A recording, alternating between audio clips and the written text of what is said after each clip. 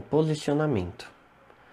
Chegar a uma solução técnica artisticamente satisfatória requer conhecimento de toda a parte técnica e estrutural do espaço onde se vai trabalhar. Para colocar ideias artísticas em prática, os iluminadores sempre vão encontrar dilemas nas condições técnicas dos teatros. Teatros tradicionais são divididos em palco ou área de atuação e auditório ou plateia. O palco e o auditório podem ter várias formas de sustentação para refletores. Cada palco tem um tipo específico de sistemas de iluminação e cada peça requer uma área de atuação diferente. Portanto, é impossível falar sobre um equipamento básico e padrão de iluminação.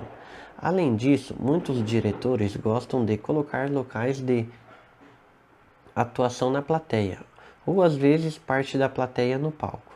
Decisões como essas dependem da produção e estão sempre limitadas a restrições técnicas de cada teatro.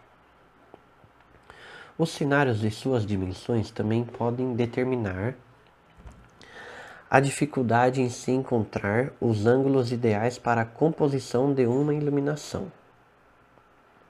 Sabendo-se que tudo no teatro deve ser móvel, as varas de luz também devem trabalhar com esse conceito.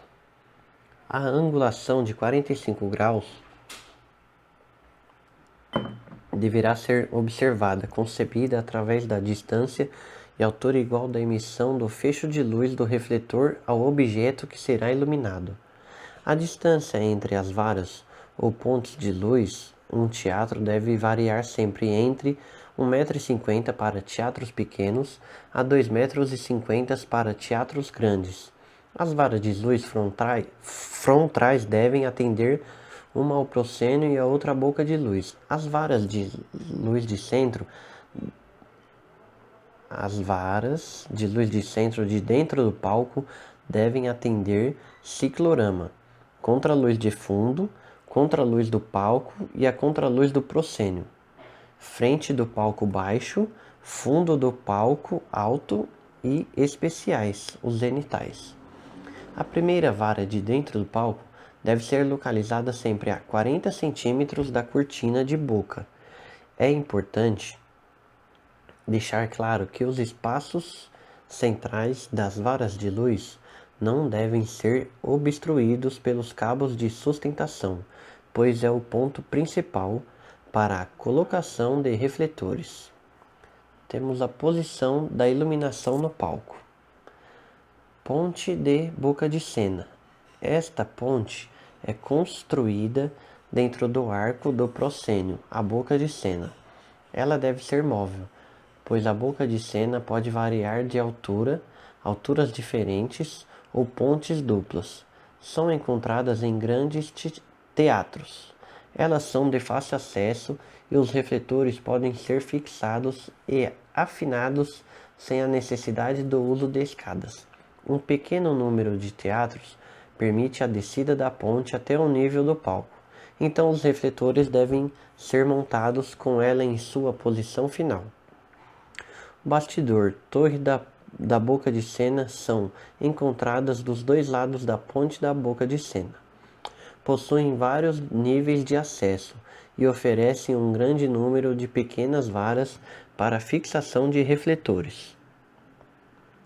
Normalmente permitem acesso à ponte e às varandas laterais. Elas também são móveis para poderem acompanhar o movimento horizontal da boca de cena. As varandas são áreas de trabalho nas laterais no fundo do palco. São muito importantes para o funcionamento técnico de um espetáculo e também para a fixação de alguns refletores. Estão colocadas em vários níveis, uma abaixo da outra, e são tantas quantas forem possíveis, dependendo, é claro, do tamanho do teatro. Temos o grid, urdimento. O grid é um andar flutuante, uma área onde se pode circular e ajustar as necessidades das varas do teatro e de qualquer outro equipamento aéreo. Ele atravessa o palco todo no seu nível mais alto, como um teto ou forro. Em alguns teatros, está subdividido em duas áreas de alturas diferentes para facilitar as montagens da iluminação e o trabalho com os cenários. Temos as varas de iluminação. Nas varas de iluminação está fixada a maioria dos refletores. Estas varas devem ter tomadas ou linhas numeradas para a alimentação dos refletores. Essas linhas são conectadas à sala de dimmers ou ao rack, que serão controlados pela mesa de iluminação. Pontes de iluminação. Alguns grandes teatros possuem pontes móveis de iluminação também dentro do palco e elas complementam o sistema de varas. Os técnicos de iluminação podem andar sobre elas até mesmo durante as apresentações. Temos os border lights. Este tipo de iluminação é básica e em grandes teatros pode ser fixa e fica entre a ponte da plateia e a ponte da boca de cena. Costumam ter uma composição com diversas cores para iluminação geral. Também podem existir como recurso de iluminação para ciclorama. As luzes de chão. As luzes de chão fazem parte de uma composição de luz. Como não há posição fixa para os refletores ou as torres laterais, muitos usadas em balés, devem existir uma grande quantidade de tomadas de chão, as linhas, ou de centrais de tomadas. Nas torres também costuma-se usar um sistema multicolorido. Temos o fosso. No fosso abaixo do palco também devem existir centrais de tomadas para possíveis refletores de efeito. Em alguns casos podem existir 2 pisos em diferentes níveis e até mesmo praticáveis removíveis. Temos as coxias e fundo de palco. As coxias e o fundo do palco, laterais do palco e o fundo do palco não podem ser vistos pela plateia. Não são áreas de atuação, mas podem comportar alguns refletores para iluminar algumas cenas especiais. Também devem existir tomadas ali. Os exemplos a seguir oferecem apenas uma seleção dos possíveis ângulos de iluminação.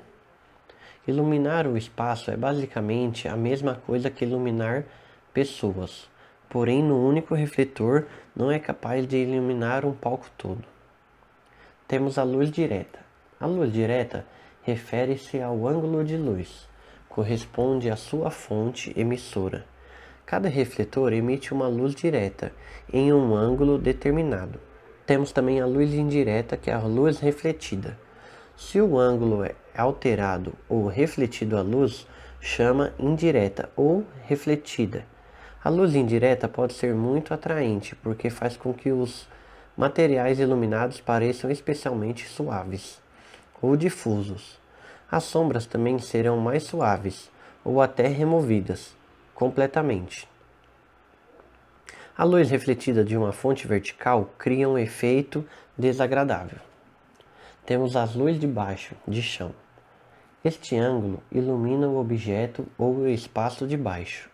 A iluminação de baixo é difícil de controlar porque parece não natural e cria estados irreais e fantásticos, que são um pouco exagerados. Se um ator for iluminado claramente por luzes de chão, um ângulo de 45 graus é útil.